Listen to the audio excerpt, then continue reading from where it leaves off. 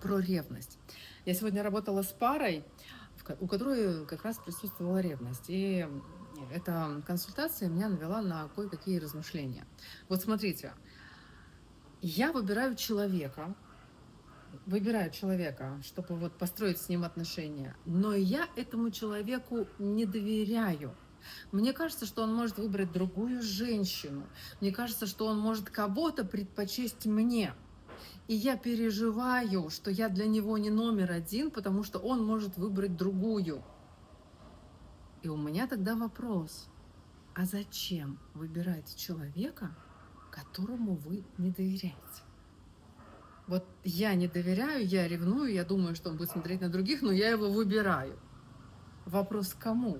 Вопрос к тому, кто там может тебя обмануть, предать, не выбрать? Или вопрос к тебе, почему ты выбираешь такого человека?